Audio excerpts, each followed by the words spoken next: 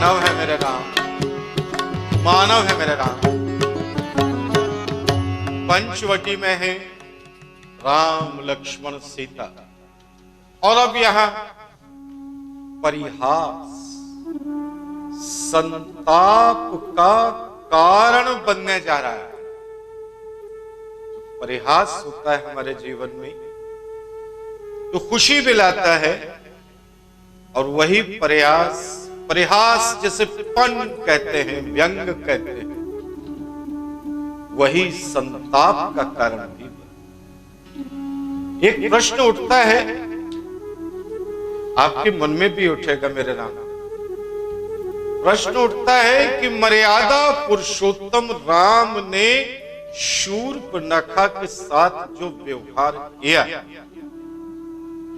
क्या ये व्यवहार मर्यादा के बाहर नहीं था? ये मर्यादा के बाहर क्यों नहीं? मेरी कल्पना राम के व्यवहार को कुछ यूं देखती है।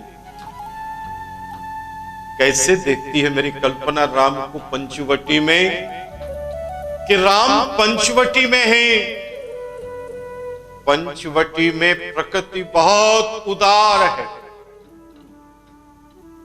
पंचवटी में आकर राम की रमणीयता बढ़ गई। और भी एक कारण है कि वनवास के 10 वर्ष बीतने वाले और अयोध्या के लिए केवल 4 वर्ष शेष रहे। लगता है कि 4 वर्ष तो बहुत होते हैं, लेकिन जब 14 वर्ष का टेन्योर है और उसमें भी 10 बीत गए, मैंने तो अनुभव किया है। मैं 15 दिन के लिए, आजकल जैसे क्वारंटाइन होना कहते हैं, मैंने खुद ही अपने को क्वारंटाइन किया था मॉरिशस में। किसी को नहीं मालूम था कि मैं वहां हूं, एक व्यक्ति को छोड़ो, इमरजेंसी। मेरे घर के लोगों को मालूम था, लेकिन मॉरिशस में मेरे जितने परिचित हैं 100 के ऊपर तो घनिष्ठ हैं, उन्हें किसी को नहीं मालूम। मैं 15 दिन के लिए एकांतवास में था,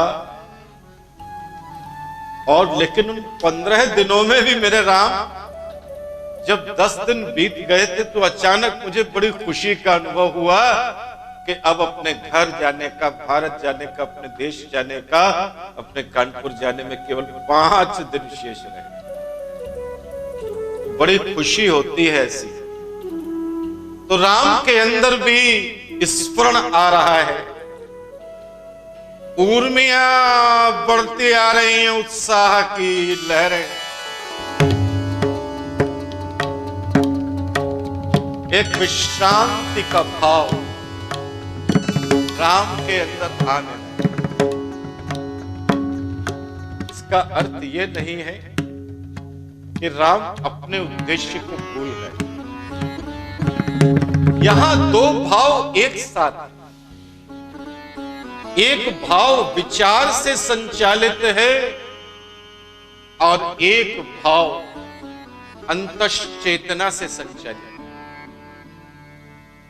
इसलिए राम सतर्क भी है, क्योंकि जो भाव मस्तिष्क से संचालित है, दिमाग के, ब्रेन के राइट लोब से चल रहा है, इसमें विचार की क्षमता होती है, दिल में कुछ नहीं होता। याद रखना, कहते ना दिल टूट गया, दिल मिल गया, दिल कुछ नहीं करता। जो कुछ करता है दिमाग के 2 हिस्से होते हैं, राइट एंड लेफ्ट।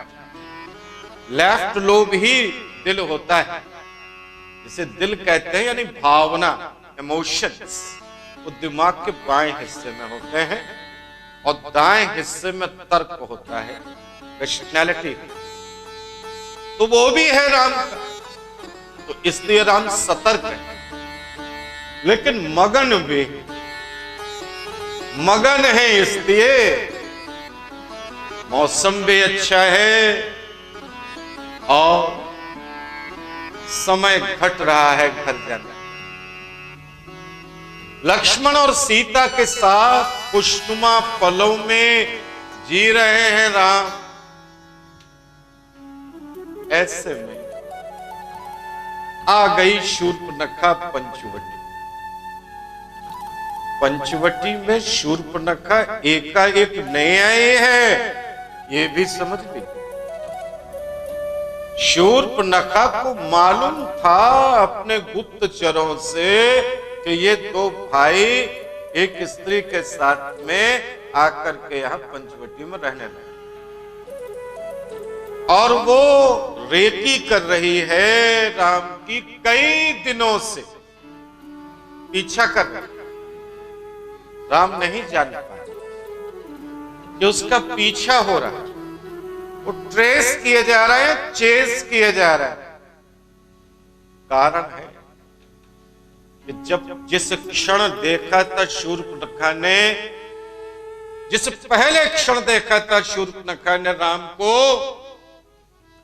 प्यार कर बैठी है शूर्पणखा राम से। और ये शूर्पणखा के जीवन का पहला मौका है। हाँ, होगा तो उसने बहुत से पुरुषों को है, जिसकी कोई गिनती नहीं है उसके। प्यार कभी नहीं। दंडका रण में जो हवा चली थी प्यार की, और जिसे चलाया था राम ने, वो आ गई है वो हवा। हाँ, वो हवा, वो वायु यहां भी आ गई है, और शूर्पणखा भी पहचान गई है, जान गई है कि प्यार भी कुछ होता है। पहली बार प्यार कर बैठी है शूर्पणखा। अभी तक तो उसके लिए पुरुष भोग का उपकरण मात्र है, बस, इसके अलावा। लेकिन जब से देखा है नयनाभिराम राम को, तब से उसे मालूम हुआ है शूर्पणखा को कि उसका दिल, हाँ दिल धड़कना जानता है। दिल धड़कता तो है ही है, और धड़कता किसकी कमांड से है? दिमाग के बाएं हिस्से।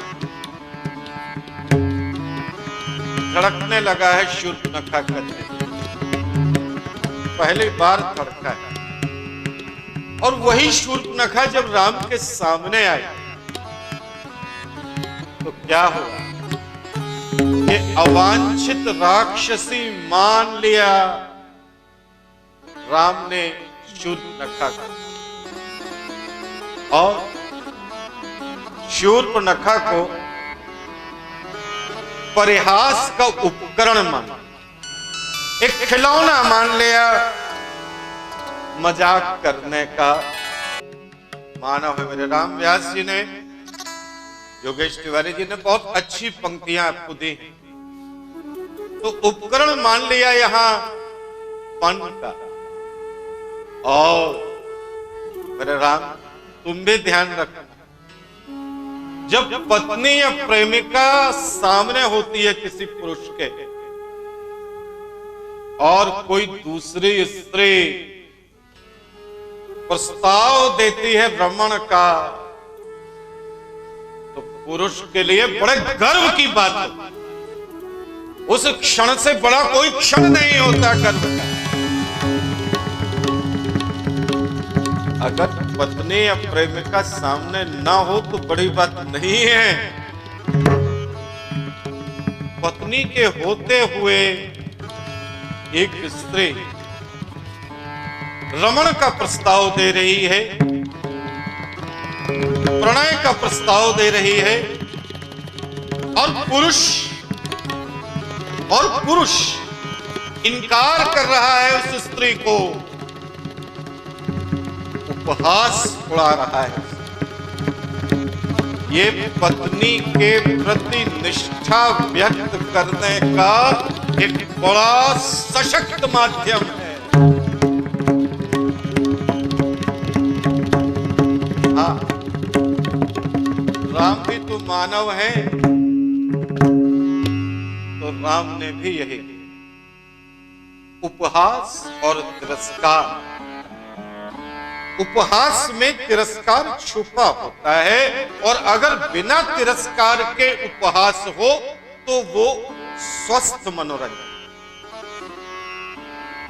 लेकिन जब तिरस्कार छुपा हो, शामिल हो उपहास, तब तो गड़बड़। उपहास कर रहे हैं राम, राम उपहास कर रहे हैं शूर्पणखा से, और तिरस्कार भी उसमें शामिल है। और शूर्पणखा तो राक्षसी है, वो क्या जाने कि परिहास क्या होता है। परिहास का अनुभव तो उसे होगा जिनके अंदर ह्यूमर हो। विदाउट ह्यूमर जो जाती है, परिहास नहीं जाती। और राम का परिहास तो देखो, राम ने शूर्पणखा को सुंदरी कहा, सुंदरी कह के उसे पुकारा, और जब सुंदरी कहा उसे शूर्पणखा को, तो उसे वास्तव में लगा कि वो सुंदर है, और उसके अंदर राम को पाने की लालसा बढ़ गई। राम ने तो ये भी पूछा शूर्पणखा से कि तुम किसकी हो। मुझे वो डायलॉग याद आ रहा है कहानी का, चंद्रधर शर्मा गुलेरी की। उसने कहा था, तेरी कुड़माई हो गई। अरे जब कोई लड़का किसी लड़की से पूछ रहा है कि तेरी कुड़माई, सगाई, एंगेजमेंट, तेरी कुड़माई हो गई, तो इसका मतलब क्या हुआ कि वो इच्छुक है। तो राम पूछ रहे हैं शूर्पणखा से कि तुम किसकी हो, कौन हो। ये प्रश्न सुनकर के भी शूर्पणखा को लगा कि राम उसे चाह रहे हैं, उसके प्रति उत्सुक हैं। भ्रम हो गया शूर्पणखा का, उसके हृदय में दिए जलने लगे। भ्रम हो कि राम उस पर आसक्त है, और शूर्पणखा को यह भी एहसास हो गया, कि सीता के कारण राम उसे अपना नहीं पा रहा, और इसलिए शूर्पणखा को सीता शत्रु समझ में आने लगी, और आक्रमण कर दिया शूर्पणखा ने सीता। तो टारगेट मिल गया, कि शत्रु कौन है, सीता। राम तो चार है, यहां तो बचा लेगा। अब राम गंभीर हो और जान जाते हैं कि परिहास मर्यादा को पार कर गया। राम ये भूल गए थे उन क्षणों में जब वो परिहास कर रहे थे कि वो तो परिहास कर रहे हैं, लेकिन शूर्पणखा तो उनके प्रति पूरी तरह गंभीर है। फिर आगे क्या हो रहा है, राम परिहास में ही आधा सच आधा झूठ बोलकर लक्ष्मण को अकेला बता दे, और शूर्पणखा को लक्ष्मण के पाले में डाल चुके। राम ने स्वयं परिहास की सीमा पार कर स्त्री के स्त्रीत्व को मजाक बना दिया, स्त्री के स्त्रीत्व। मानव ने अपनी प्रवृत्ति का सुरूर दिखा दिया है। मानव की प्रवृत्ति है रूप दिखा ही देता। अगर राम गंभीरता से शूर्पणखा को अपनी बात बताते तो उसका हृदय परिवर्तन कर सकते, क्योंकि शूर्पणखा के हृदय में राम के लिए प्रेम है, और प्रेम से जब प्रेमिन से बात की जाए तो बात पहुंचती है। और अगर ऐसा होता, मेरी कल्पना कहती है कि शूर्पणखा राम की प्रेमिका की जगह उसकी अनुयायी बन जाती, फॉलोअर बन जाती। दंडकारण्य में राम को एक सक्षम सहयोगी मिल जाता, आगे भी बात बढ़ सकती थी। राम आगे चल करके रिश्ते को पवित्र बना लेते और शूर्पणखा को सीता की ननद बना देते, कितना अच्छा हो जाता। लेकिन राम के परिहास ने सीता के लिए, पूरे जीवन के लिए सबसे बड़ा संताप पैदा कर दिया, संताप पैदा कर दिया।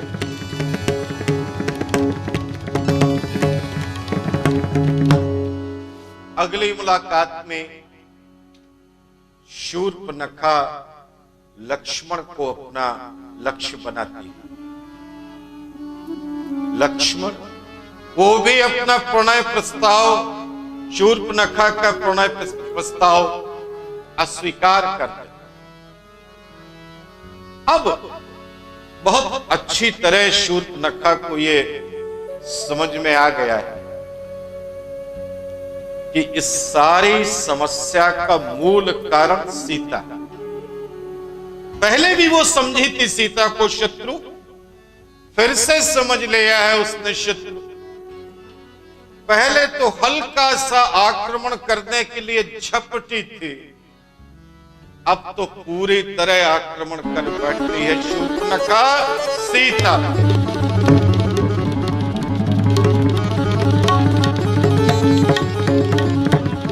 लक्ष्मण सीता की रक्षा कर लेते हैं और राम के निर्देश पर शूर्पणखा के नाक कान काट देते, काट देते हैं नाक कान। मानव है मेरे राम। लक्ष्मण अति लाघव सो नाक कान बिनु कीन, ताके कर रावण कहाँ मनो चुनो ते दीन, मनो चुनो ते दीन। मानव है मेरे राम। नाक कान बिनु भय बिकरारा, नाक